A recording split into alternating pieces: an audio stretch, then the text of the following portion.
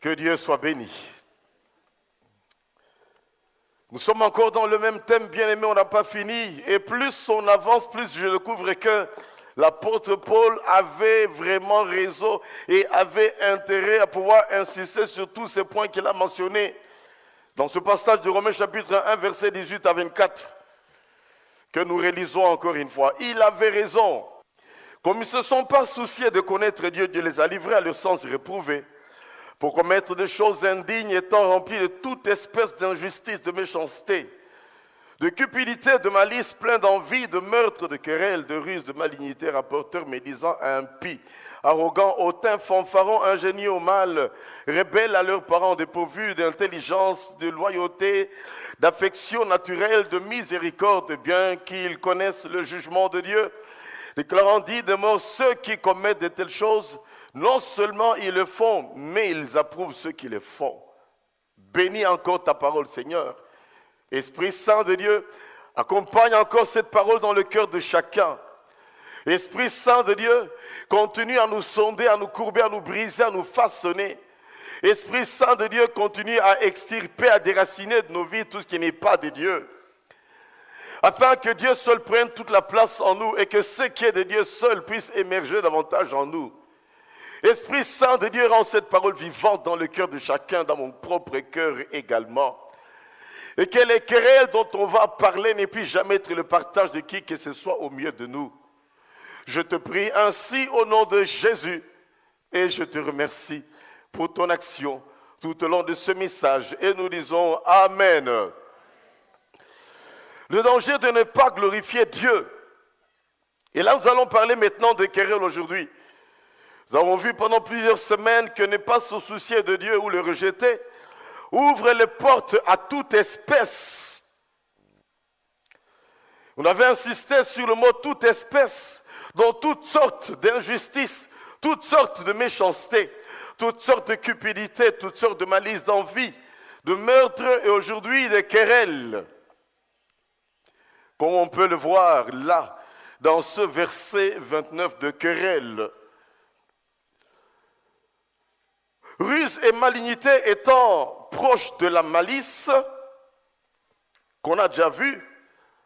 Parlant des querelles, nous allons inclure également le fait d'être rapporteur et médisant, car ce sont des mots qui attisent beaucoup de querelles. Être médisant et être rapporteur. C'est quoi les querelles comme telles? Je pense que, bien aimés, dans notre milieu, nos milieux africains, dans notre milieu congolais, les querelles ne sont pas des choses à définir parce qu'on les vit. Au quotidien, on les vit. On les voit. À la télé, on les voit. Dans les théâtres, dans les scénettes, on les voit. De parler de querelles, on n'aurait pas tellement besoin de pouvoir définir cela. Les querelles, on peut bien essayer de les minimiser. Mais je me suis rendu compte, bien aimé, que selon Galates 5, versets 19 à 20, ça fait partie des œuvres de la chair. Et que ceux qui commettent ces choses-là n'entreront pas dans le royaume des cieux. On a toujours tendance à penser que commettre l'immoralité, c'est ça qui peut bloquer la porte du ciel. Commettre le meurtre, on a catégorisé grand péché et petit péché. Mais laisse-moi vous dire que le péché, c'est le péché. Grand ou petit, ce sont les hommes qui ont catégorisé. Péché mortel, péché véniel, bien-aimé, ça n'existe pas dans la Bible. Le péché, c'est le péché. Et les querelles, c'est du péché également. Et ceux qui commettent ces choses n'entreront pas dans le royaume de Dieu. À quoi sera servi d'être là les dimanches à l'église, mais d'être une personne très querelleuse, d'être quelqu'un qui ne fait que se quereller tout le temps. Les querelles, si souvent banalisées, on les définit comme étant des disputes, des chamailles, des engueulades, des débats violents, des échanges verbaux sous la colère. C'est à partir, bien aimé, des querelles, des disputes qu'on a eu à pouvoir former des expressions telles que être à couteau tiré avec quelqu'un, c'est-à-dire être en conflit ouvert, en grande dispute avec une personne. Il y a une autre expression, claquer la porte, qui veut dire partir tout de suite suite à un désaccord. On se querelle, on ne se met pas d'accord, on claque la porte, on est parti. Désaccord à chaud.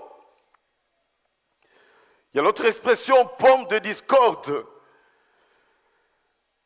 Sujet de discussion et de grande division. Pomme de discorde. Ou encore, jeter de l'huile au feu. Envenimer une querelle. Aggraver une dispute. Un commentaire ou quelque chose qu'on amène et qui emballe les gens. Jusqu'à ce que même des coups de poing peuvent être donnés. S'écharper, se disputer violemment. Quand nous voyons tout cela, bien-aimés, laissez-moi vous informer qu'il n'y a rien de nouveau sur terre. Les querelles ont toujours existé. Depuis que l'homme a péché dans le jardin d'Éden. La réalité en fait est que quand Satan, Lucifer, a été éjecté suite à son orgueil, quand il a été éjecté sur la terre, il avait avec lui tout ce potentiel de péché, de mauvaises attitudes, de mauvais comportements, querelles, etc. Il les avait avec lui comme une arme, comme, je ne sais pas moi, ces gens d'obus qui ont plusieurs canons. Il y a un nom spécial à cela. La réalité, c'est que Satan est descendu avec cela. Mais le péché a fait que l'homme a touché maintenant la gâchette. C'est comme une arme qu'on laisse et on vient toucher à la gâchette. Quand l'homme a péché dans le jardin d'Éden, eh bien, il a eu maintenant droit à toucher à la gâchette pour commencer à faire du mal aux autres. C'est ainsi que le péché n'a été que la gâchette sur laquelle on a tiré. Pour que maintenant, même les querelles puissent être au milieu des hommes. Jalousie et tout ce que vous voulez. Le péché, le péché, le péché. C'est ça qui est à la base des querelles. C'est ainsi que nous constatons, bien-aimés, des querelles en famille. Papa et maman qui se querellent, qui se donnent des coups. Des querelles parmi les enfants, c'est lui qui a commencé, c'est lui qui a commencé. Méchant tu es. Où les enfants peuvent même s'insulter jusqu'à se frapper. Quelquefois des querelles malheureusement entre parents et enfants, ce qui n'est pas du tout bon. Ne te querelle jamais avec tes parents. Mon frère, ma soeur, honore ton père et ta mère afin que tu vives longtemps sur la terre et que tu sois heureux. Et s'il t'est arrivé de te quereller avec ton père, avec ta mère, des échanges de mots où tu commences à l'insulter, etc., demande pardon. Parce que même si lui n'est 10 mots pour te maudire, Dieu lui-même se lève pour dire que tu ne vas pas vivre longtemps, tu ne seras pas heureux. Et j'aime souvent insister sur cela. Parce qu'il y a des gens qui ont mené des fois des vies très compliquées. Et la base aurait été tout simplement le fait qu'il s'est querellé avec ses parents. Il n'a pas honoré ses parents. Quand papa parle, lui aussi il parle. Maman parle, lui aussi il parle, ou elle aussi elle parle.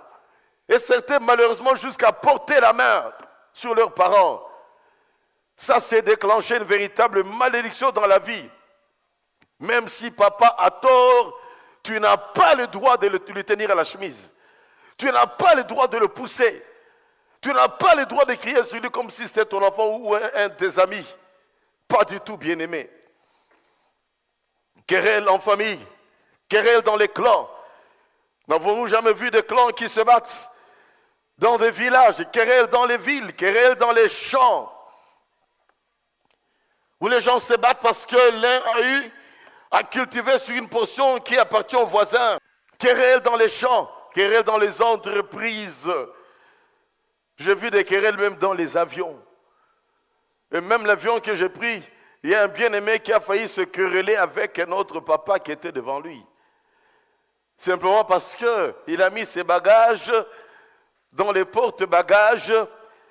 Il a bougé seulement une caisse qui était là. Et l'autre a dit, mais écoutez, ne touche pas mon coffre-fort.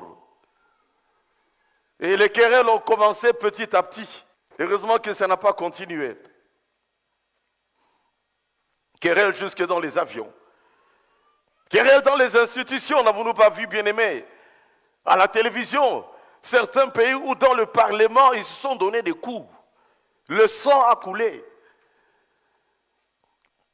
Une mésentente terrible.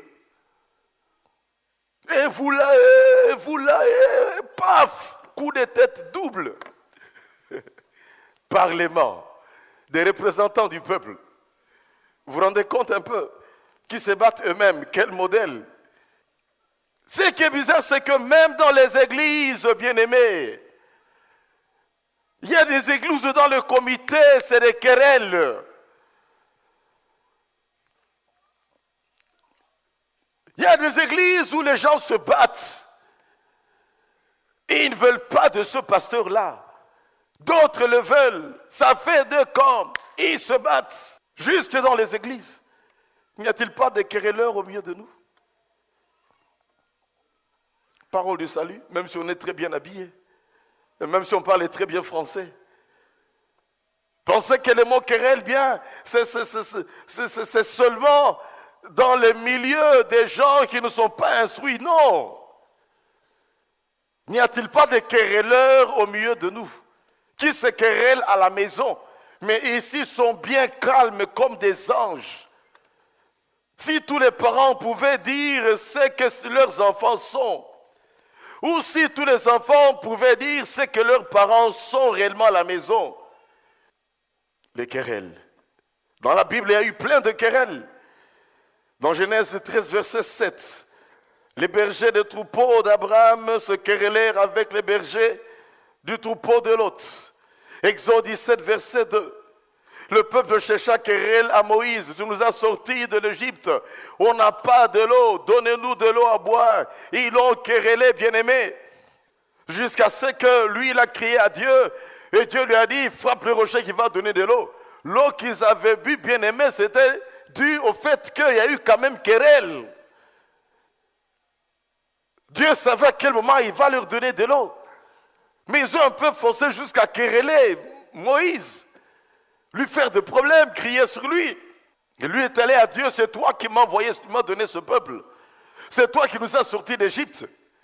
Dans Juge chapitre 8, verset 1 à 2, les hommes d'Éphraïm se querellèrent avec Gédéon pour avoir combattu les Madianites sans eux. Comment tu es allé seul sans nous consulter, nous contacter? Fallait-il absolument être contacté? Gédéon marchait selon la direction divine. Pourquoi les quereller?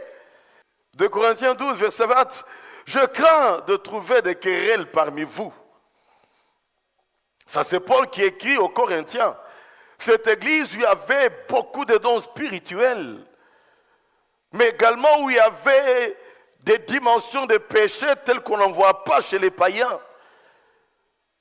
Et Paul, en venant chez eux, leur dit, je crains de trouver des querelles au milieu de vous parce que malgré votre spiritualité, mais ça me fait peur, n'êtes-vous pas des querelleurs entre vous avec tout ce que j'apprends sur vous? Exode 2, 13, 2 Hébreux se querellèrent. Et c'est là où Moïse a voulu les séparer. Et Léa a dit, tu veux nous tuer comme tu as tué l'Égyptien? Et c'est comme ça que Moïse avait fui en Madian. Isaïe 58, verset 4, vous jeûnez pour vous disputer, vous quereller. Et là, bien aimé, c'est quelque chose d'inadmissible. Comment est-ce qu'on peut être un homme de prière, un homme de jeûne? Mais entre-temps, on est un querelleur, on se querelle tout le temps avec les gens. Moi, je suis convaincu que l'Esprit de Dieu nous donne le fruit de l'Esprit. L'Esprit de Dieu nous donne de savoir nous maîtriser devant des situations. Plus nous prions, plus nous jeûnons, plus nous devrons être transformés. Il est inadmissible d'être une personne qui jeûne et qui prie, mais plein de querelles avec les gens. Tu sors du jeûne, tu commences à te quereller. En plein jeûne, en train de te quereller. Bien-aimé, c'est inadmissible. pour cela que Ésaïe va écrire Ésaïe 58 et dira, voici le jeûne qu'il faut faire. Une façon de leur dire, jeûnez oui, mais n'oubliez pas que vous ne devez pas vous quereller.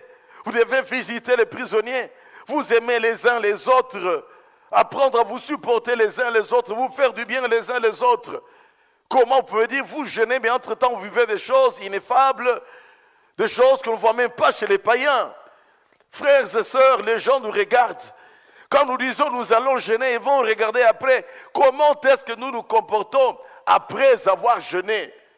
Si on doit jeûner, bien aimé, le vendredi, et le lundi on commence à détourner l'argent, on jeûne le vendredi, et le samedi on est dans l'impudicité, alors là ce n'est plus le jeûne, c'est se moquer de Dieu.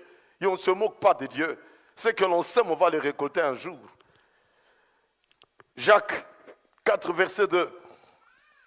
Vous avez des querelles parmi vous.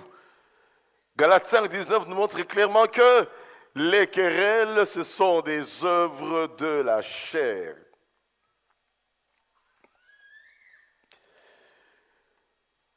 Qu'est-ce qui engendre les querelles? Une question à nous poser. Qu'est-ce qui engendre les querelles? Comment on arrive à se retrouver dans des querelles, en train de se quereller avec les gens, de se chamailler avec les gens, avoir des échanges très durs avec les gens, on arrive à s'insulter. Qu'est-ce qui engendre cela? Jacques 4, verset 1er, nous donne une réponse partielle. N'est-ce pas de vos passions que sortent les querelles? On tient à ce que l'on soit sur le premier banc, comme c'est arrivé quelque part dans certaines conférences à Kinshasa. Un homme de Dieu qui va entrer dans la salle de conférence, il est venu en retard, et on lui dit, écoute, il n'y a plus de place tout devant là-bas, tout est rempli, on ne savait pas que tu vas venir, on va te trouver une place quelque part au milieu. Et il commence à quereller les gens de l'accueil. Mais enfin dit, vous me connaissez quand même, je ne suis pas n'importe qui dans cette ville. Comment se fait-il que vous allez me laisser ici derrière? On devait garder ma place. Moi, je ne suis pas de ceux qui doivent rester dans le fond. Je dois être tout devant là-bas. Boébi Ngaïté. Beaucoup respecté Ngaïté. Vous ne pouvez pas me respecter. Vous ne me connaissez pas. Si c'est comme ça, je sors. Jusqu'à quereller les gens. Passion, on veut être en première position. Passion, on veut être connu de tous. Passion, pour qu'on puisse filmer la personne. Vos passions.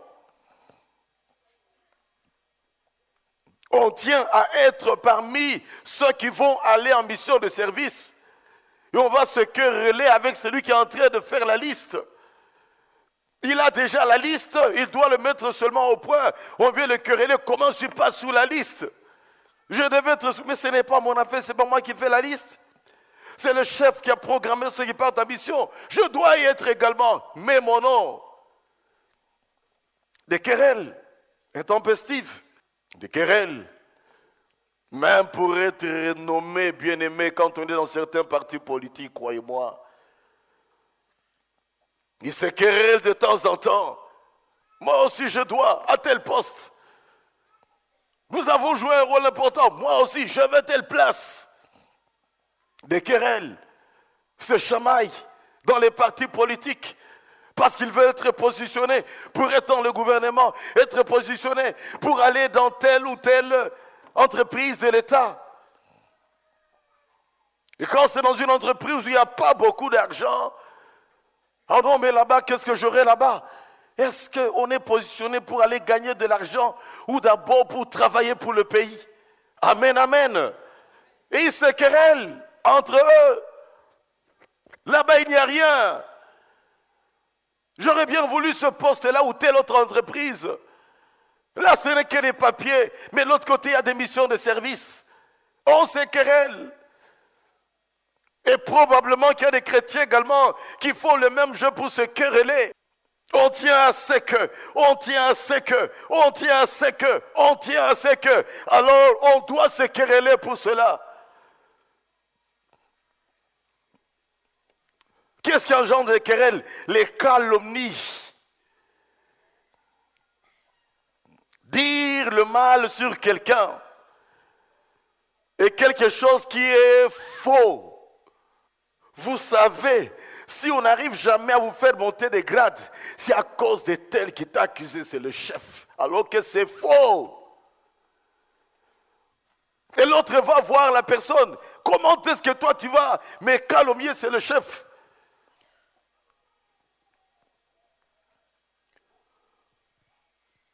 Comment est-ce que tu ne veux pas mon bonheur? L'autre qui dit, mais enfin, moi je n'ai jamais dit ça.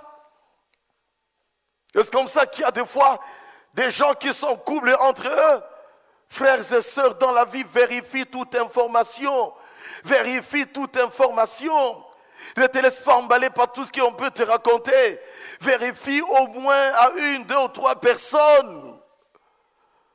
Parce qu'il y a des gens qui sont des spécialistes pour faire cogner les têtes des gens. Mais cette fille-là que tu veux épouser, sais-tu comment est sa vie?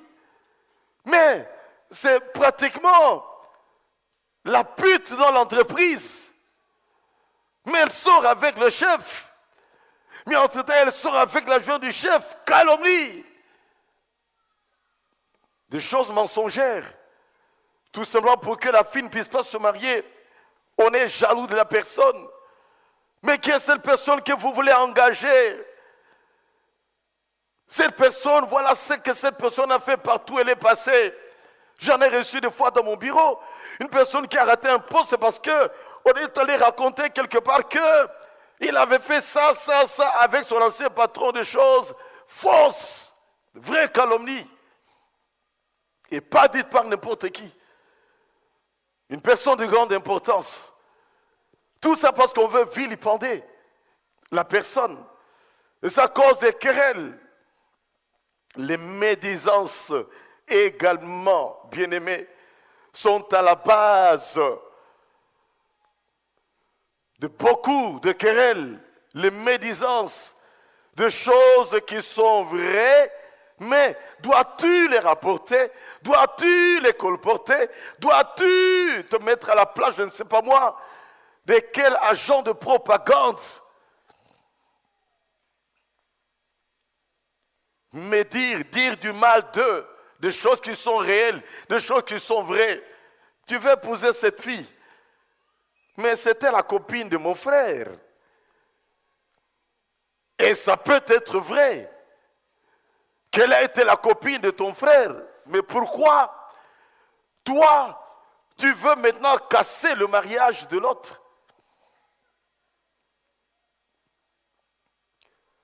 Mais ce garçon qui veut t'épouser, c'était le copain de ma voisine. Pas seulement le copain de ma voisine, mais il est sorti également avec un de mes cousins. Avec lui, sache que tu épouses un vrai troubadour. Ça peut être vrai qu'il a fait toutes ces bêtises-là.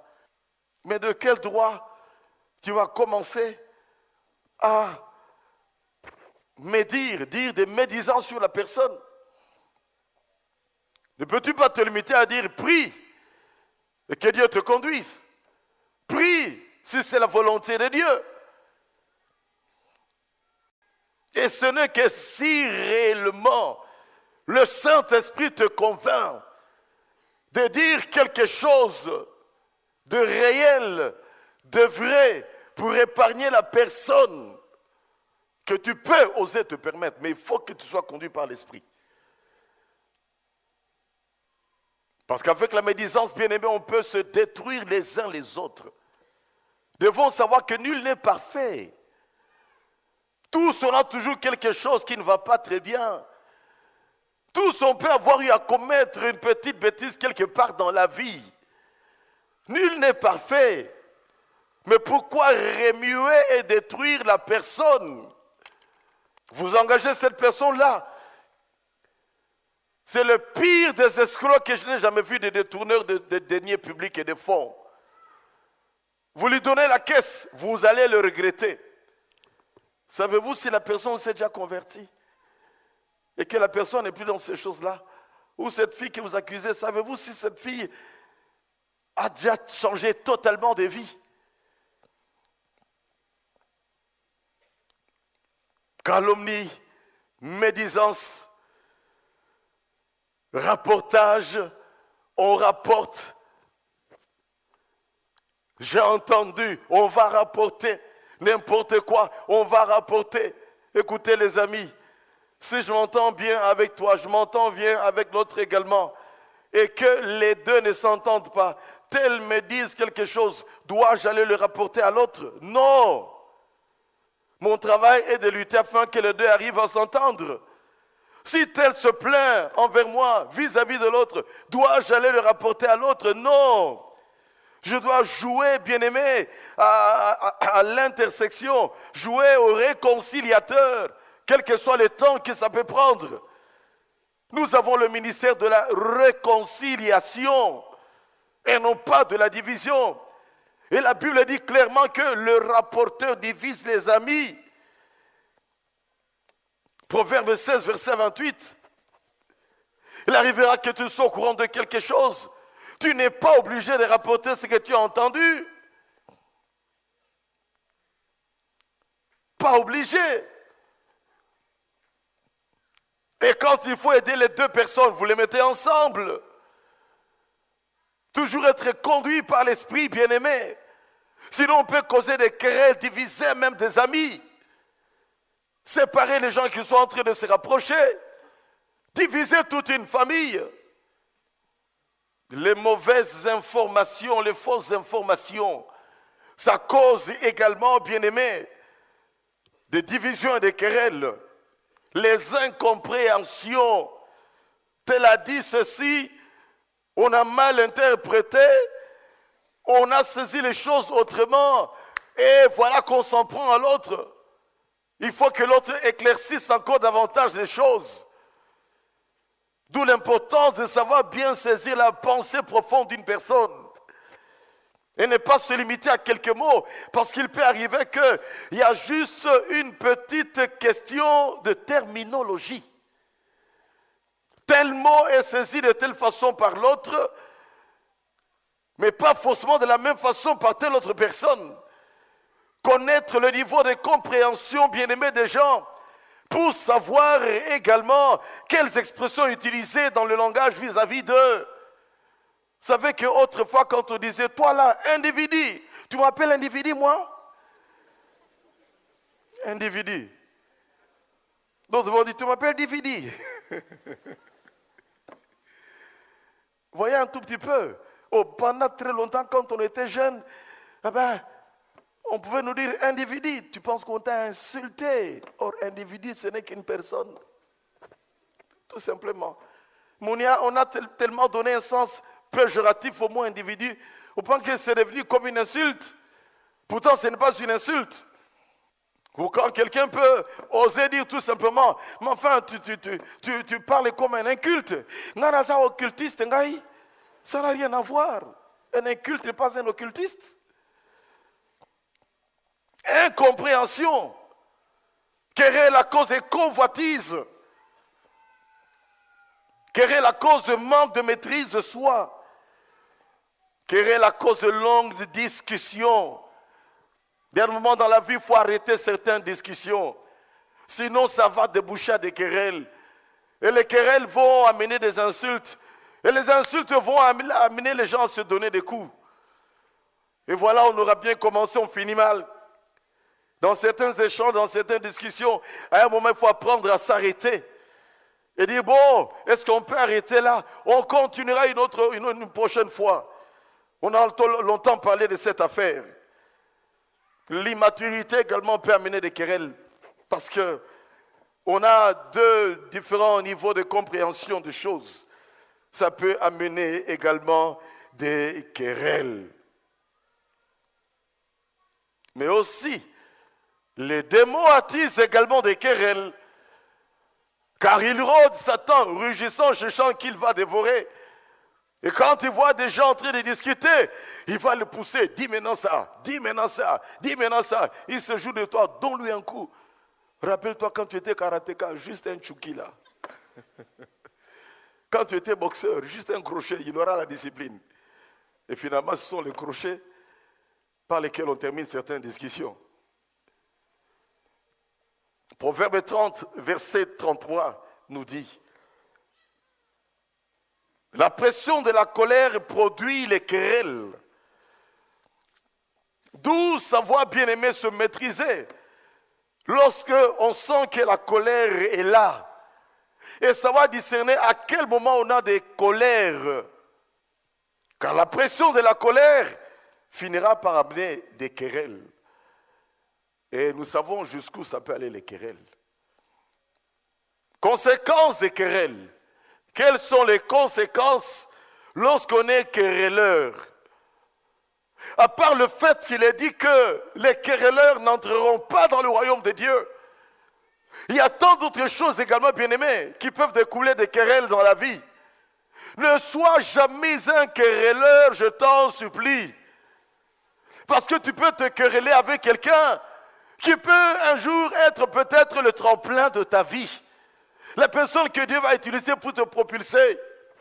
Et si c'est une personne qui veut se venger, il te dira, voilà ce qu'on avait vécu avec toi. Maintenant, là, tu es à ma merci.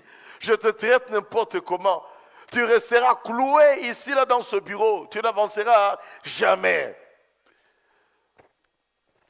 Vous voyez comment les choses se passent? Les querelles ne sont pas bonnes.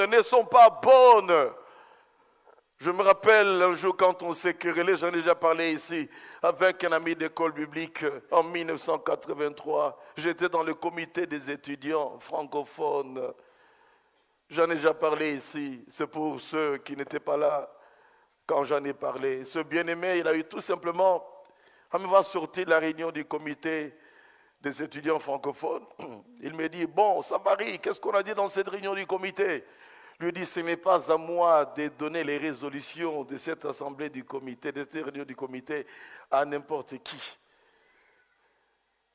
Vous en connaîtrez les résolutions à un moment opportun et par la personne autorisée. Bon, voilà, c'est ça. Vous prenez pour les plus sages dans cette école. Vous là, macaque, tu n'as qu'à rentrer en Afrique. Et moi, la pression a monté. Et toi, pour qui tu te prends? L'enseignant des professeurs, le professeur enseigne, tu veux corriger le professeur. Pour qui tu te prends? Arrête. Tu prophétises, après tu veux te quereller avec tout le monde.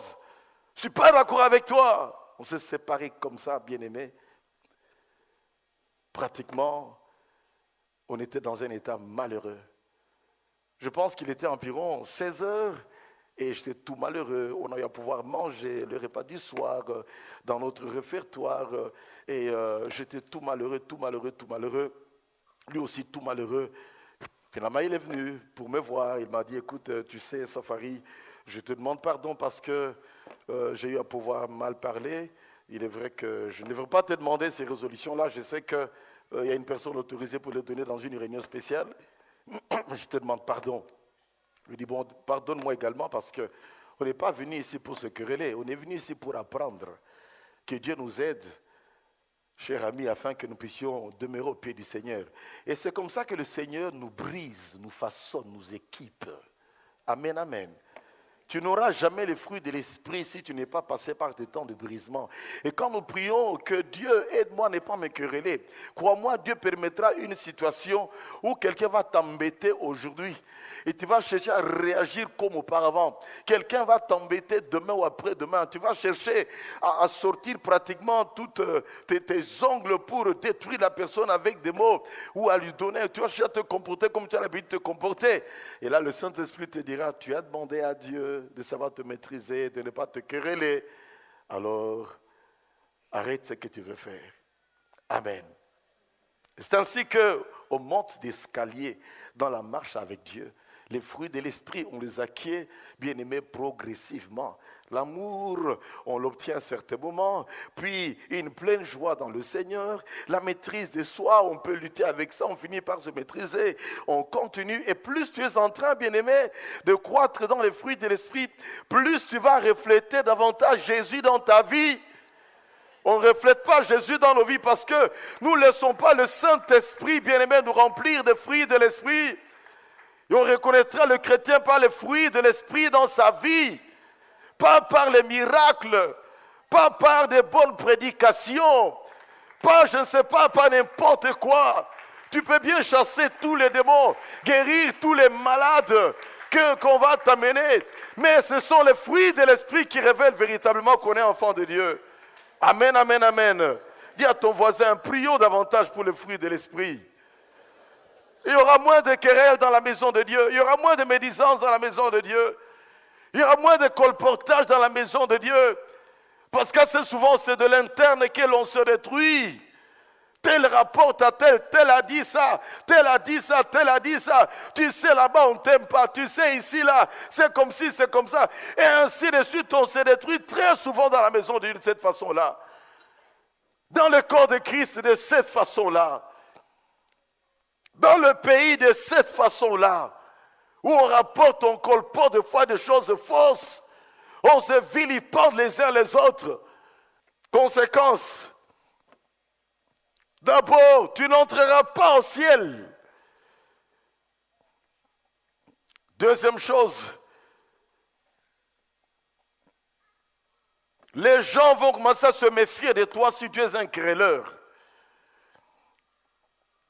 Tu vas te retrouver isolé à un certain moment. Et il n'y aura que des gens de même plumage que toi qui vont te côtoyer. Des querelleurs, ceux qui aiment attiser le feu. Qui vont te côtoyer. Dis-moi qui tu entres, je te dirai qui tu es. Dis-moi qui tu fréquentes. Et je pourrais essayer de dire quel genre de fruits tu as dans ta vie. Les conséquences des querelles, c'est que ça peut amener à la haine. Ça peut amener à des vengeances. Ça peut même amener à des fatalités, à la mort. On se querelle, on se tue. Nous habitions un quartier à Lausanne en 1993. Et je me rappelle très bien comment est-ce que dans le quartier, il y a eu deux familles qui se sont querellées. Il y a un qui a pris carrément une flèche pour aller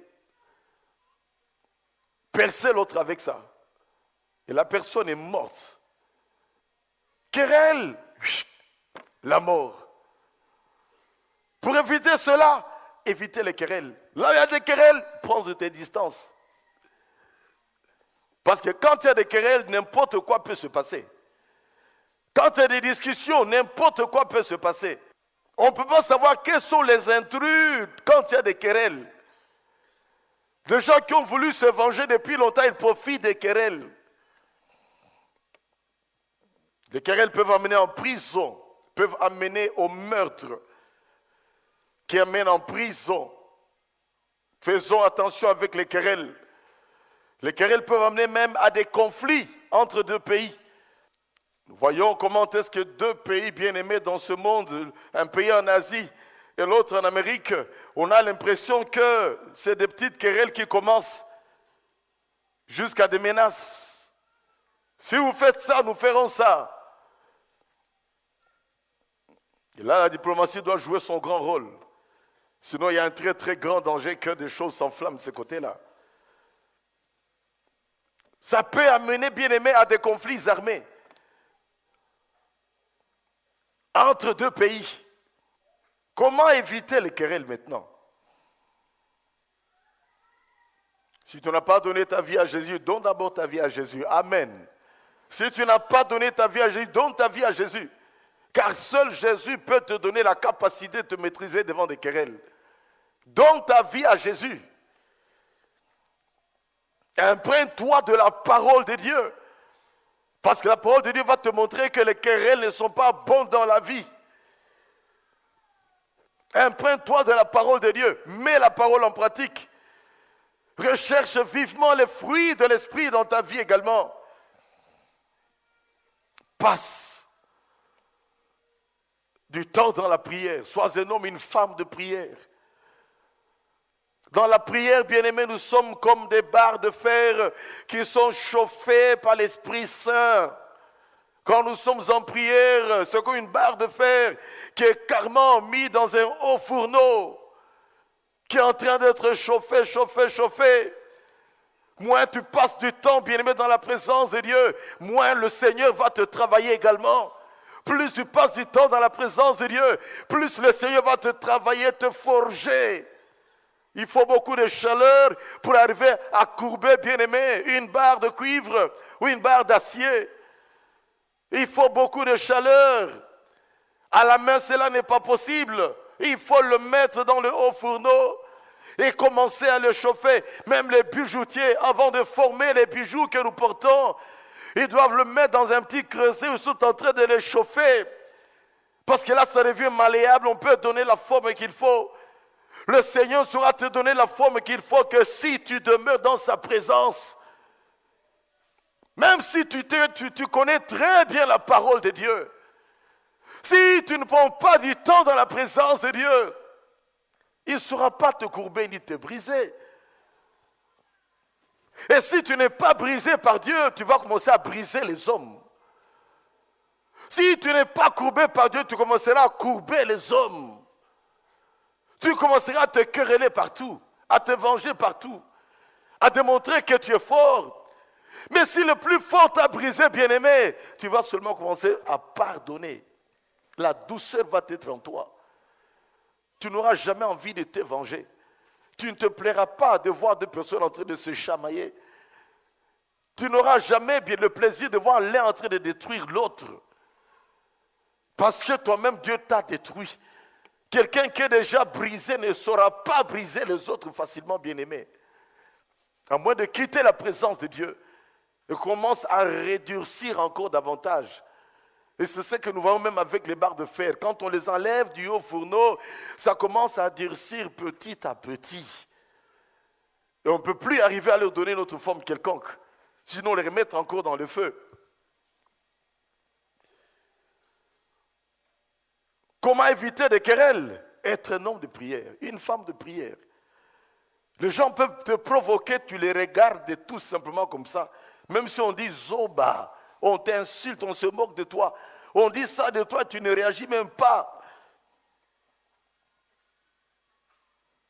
Vous savez, quand le monsieur n'a pas voulu que mes 12 kilos, seul bagage jamais que j'avais, puissent aller avec moi à la main, soit disant que non, comme c'est un vol interne à l'Europe, pas 12 kilos, il faut avoir 8 kilos. J'ai dit, mais écoute, je devais faire l'international.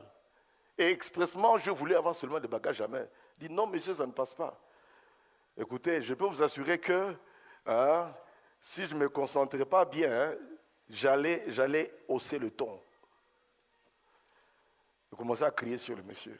J'allais hausser le ton. Je me connais bien. Et il risquait de devenir un donneur de leçons. Et j'aurais bien raison de le faire. Mais je n'ai pas voulu trop discuter, d'accord. Et j'ai eu le bagage avec 2 jours de retard. Heureusement qu'on me l'a amené à l'hôtel. Comment éviter des querelles? Se poser souvent la question, que ferait Jésus à ma place? Amen. Pose-toi souvent cette... Moi, je l'appelle la question en or. La question clé. Que ferait Jésus à ma place? Si chaque jour de nos vies, nous nous posions cette question, prenez même cette question, écrivez-le. C'est pas moi sur un papier, tu mets à la porte de ta chambre ou carrément fais un bon cadre que tu mets dans ta chambre ou dans le couloir. Que ferait Jésus à ma place? Que chaque jour ça te frappe. Que ferait Jésus à ma place? Dans ta Bible, que ferait Jésus à ma place? Croyez-moi, dans bien des circonstances, le subconscient va ramener cela, le Saint-Esprit va faire que le subconscient ramène cela, bien-aimé, à la surface. Et tu vas des fois regarder certaines situations et dire, Seigneur, tu es au contrôle de toutes choses. Amen, amen, amen. Que ferait Jésus à ma place? Comment agirait Jésus à ma place? Comment réagirait Jésus à ma place? Parce qu'il y aura bien des circonstances où nous avons raison de démontrer que c'est notre droit, de démontrer que j'ai raison d'agir ou de réagir de telle façon. C'est mon droit. Mais est-ce que Jésus ferait la même chose? N'est-ce pas lui qui a dit on te frappe sur la joue gauche, présente la joue droite? On te dit de faire 1000, tu fais 2000. On t'arrache ta tunique, ta robe, tu donnes également ta tunique. Comme pour dire ne pas te venger. Être doux. comme une colombe, mais prudent comme un serpent. Quelqu'un prêchait sur ça, c'était merveilleux. Je prêcherai sur ça un jour. Doux comme une colombe et prudent comme un serpent. L'unique fois où on essaie de donner un peu de valeur au serpent dans la Bible. C'est le pasteur Tsagé qui a prêché sur ça. C'était merveilleux, merveilleux, merveilleux. Que faire, bien-aimé, pour éviter des querelles? Éviter les discussions. 2 Timothée 2, verset 3 nous dit, les discussions font naître des querelles. Évitez les discussions. Des fois, nous gaspillons le temps à discutailler. Nous faisons travailler nos cordes vocales à parler. Bien aimé, nos cordes vocales ont un but, c'est chanter pour Dieu, prêcher la parole de Dieu, édifier, exhorter, encourager. C'est ça le but de ces cordes vocales que Dieu nous a données. Pas les gaspiller à se chamailler, pas les gaspiller à chanter des musiques mondaines, pas les gaspiller à faire les ronger, à faire du colportage, à pouvoir rapporter, médire, etc. Utilisons judicieusement la bouche et les cordes vocales que Dieu nous a données. Ça, c'était comment éviter des querelles. Maintenant, comment sortir des querelles? Tu es déjà dedans. Comment sortir des querelles?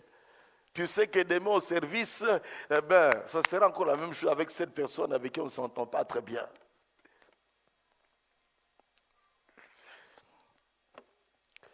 Premièrement, prendre conscience de cette tare, qu'on a cette tare-là dans la vie, de se quereller. Réaliser que je me querelle un peu de trop quand même. Au service, je me querelle. À la maison, je me querelle. Partout où je suis, je me querelle. Prendre conscience de cela. Et si on n'a pas donné sa vie à Jésus, donnez sa vie à Jésus. Deuxième chose, demander pardon à Dieu du fait qu'on est un querelleur dans la vie. Pardonne-moi, Seigneur. Je ne suis pas finalement quelqu'un qui apporte la paix, mais quelqu'un qui amène le trouble partout où je passe. Je suis un querelleur, pardonne-moi pour cela, oh Dieu.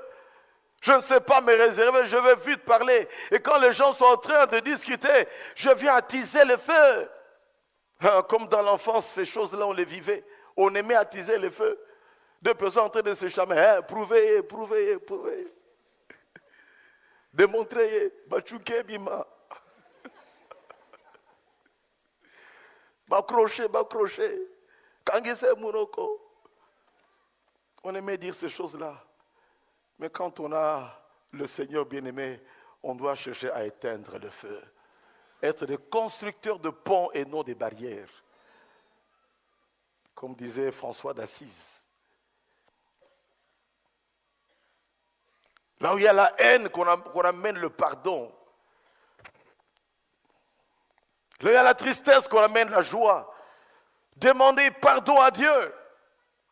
Deuxième des choses, c'est la plus difficile, aller demander pardon à l'autre. C'est vrai que quand on va demander pardon à l'autre, on prend une position de bassesse. On est diminué. Mais la Bible dit que Dieu élève les humbles. Crois-moi, quand tu t'es diminué pour demander pardon à quelqu'un, sache que tu deviens même au-dessus de cette personne-là. Parce que tu t'es abaissé, Dieu t'élève au-dessus de lui. Même s'il essaie de faire quoi que ce soit, sa conscience lui dira, mais cette personne t'a demandé pardon.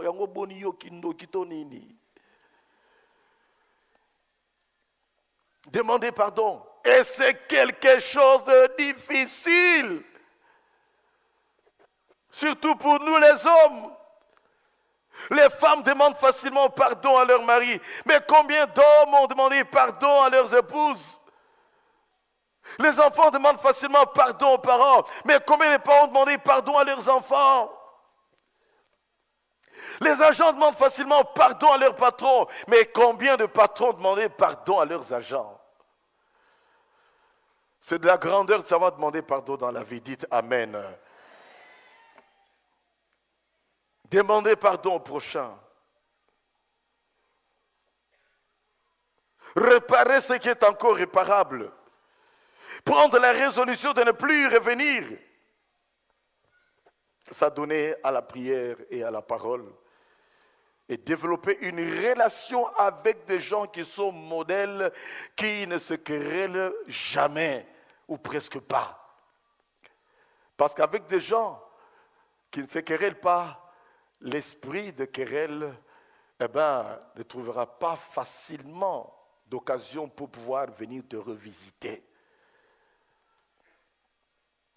Il est important dans la vie, bien-aimé, d'avoir des relations humaines, des gens qui nous aident à aller de l'avant avec Dieu. Des gens qui nous aident à progresser avec Dieu. Des gens qui nous aident à entretenir des bonnes relations avec tout le monde. Mais si tes relations, c'est des gens qui aiment se quereller, des gens qui aiment des problèmes tout le temps, on peut risquer de te confondre avec eux un jour. On dira, c'est ton ami, le gars qui se querelle tout le temps. C'est ton ami, ces gars qui se battent n'importe où, même en costume. C'est ça tes amis. Et tu protèges quelque part, bien aimé, ta personnalité et ton honneur. Et dans la vie, il faut savoir que il est très important de protéger son honneur dans la vie. Sois courageux et protège ton honneur, ta personnalité. Ne te mêle pas de choses qui peuvent te vilipender dans la vie. Ne t'associe pas avec des gens qui peuvent te niveler vers le bas dans ta marche avec Dieu. Développe une relation avec des gens qui sont modèles. Et sépare-toi des méchants. Ne t'assieds pas en présence des moqueurs, selon le psaume 1er. Ne soyons jamais des querelleurs dans la vie. J'aime bien les proverbes. On va lire encore quelques passages de proverbes, mais c'est par là que nous allons terminer. Proverbe 17, verset 14 nous dit ceci. Commencer une querelle, c'est ouvrir un digue. Un digue, c'est un genre de barrage très long pour empêcher à ce que les eaux ne puissent pas atteindre un certain niveau. La Hollande, vous le savez, c'est un pays qui se trouve en dessous du niveau de la mer. Ce qui fait que les Hollandais ont fait des grandes digues un peu partout pour ne pas être envahis par les eaux. Ils sont des spécialistes pour mater de l'eau. Et la Bible nous dit que commencer une querelle, c'est ouvrir une digue. Commencer une querelle, donc c'est ouvrir la porte à une catastrophe qui va venir très bientôt. Proverbe 17, verset 19. Qui aime les querelles, aime le péché. Proverbe 20, verset 3. Il est glorieux de s'abstenir des querelles. Proverbe 25, verset 24. Mieux vaut un grenier que la demeure d'une femme querelleuse. Mais on dit également des hommes ceci. Proverbe 26, verset 21. Un homme querelleur échauffe une dispute. Les querelles ne sont pas bons dans la vie. 2 Timothée 2, verset 24 nous dit, il ne faut pas qu'un serviteur de Dieu ait des querelles. Tite 3, verset 9 nous dit, évite les querelles. Dis à ton voisin, évite les querelles dans la vie. Nous couvrons nos têtes dans la prière. Alléluia. Bénis le Seigneur pour ce qui t'a touché dans ce message. Lève ta voix, commence à remercier le Seigneur. Alléluia. Bénis Dieu, bénis Dieu, bénis Dieu, bénis Dieu, bénis Dieu. Qui veut donner sa vie à Jésus? Tu réalises que tu es loin du Seigneur. Et qu'aujourd'hui, c'est ton jour pour donner ta vie à Jésus. Même si tu n'es pas forcément querelleur, mais tu veux donner ta vie à Jésus. Lui seul qui nous donne la vraie paix que le monde ne veut pas nous donner. La vraie joie qui ne dépend pas des avoirs de ce monde. Le vrai bonheur, bien-aimé, qui ne dépend de rien, de ce plaisir que ce monde peut nous donner. Qui veut donner sa vie à Jésus? Veux-tu lever ta main là où tu es? Merci mon bien-aimé. Alléluia. Tu peux te mettre debout spontanément. Mets-toi spontanément debout, toi qui as levé ta main. S'il y a une autre personne, mettez-vous également spontanément debout.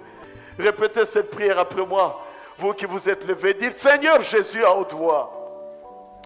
Je viens à toi ce matin.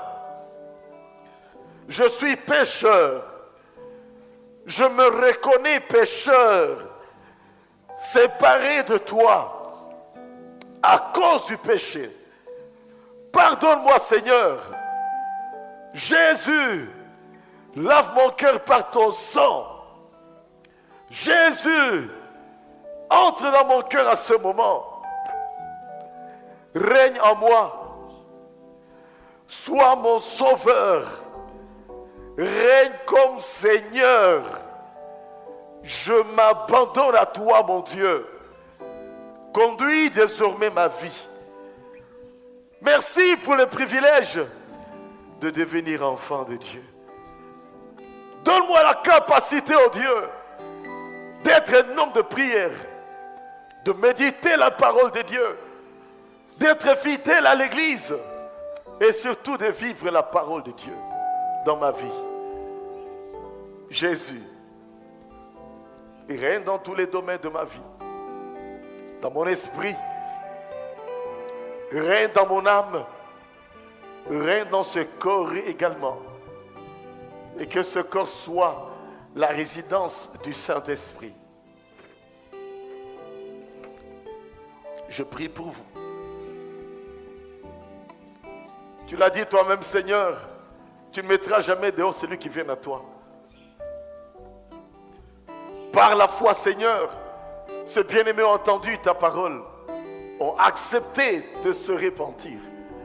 Par la foi, Seigneur, ils ont saisi la vie nouvelle que tu leur donnes. Conduis leur pas, Seigneur mon Dieu. Accepte-les dans ton royaume.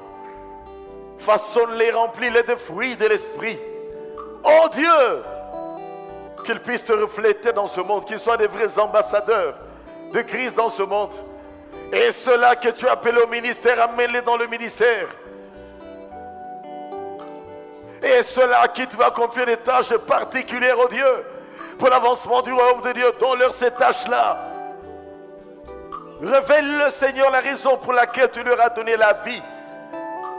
Qu'ils accomplissent la mission pour laquelle tu les as créés. Alors qu'ils retrouvent leur identité aujourd'hui, Seigneur.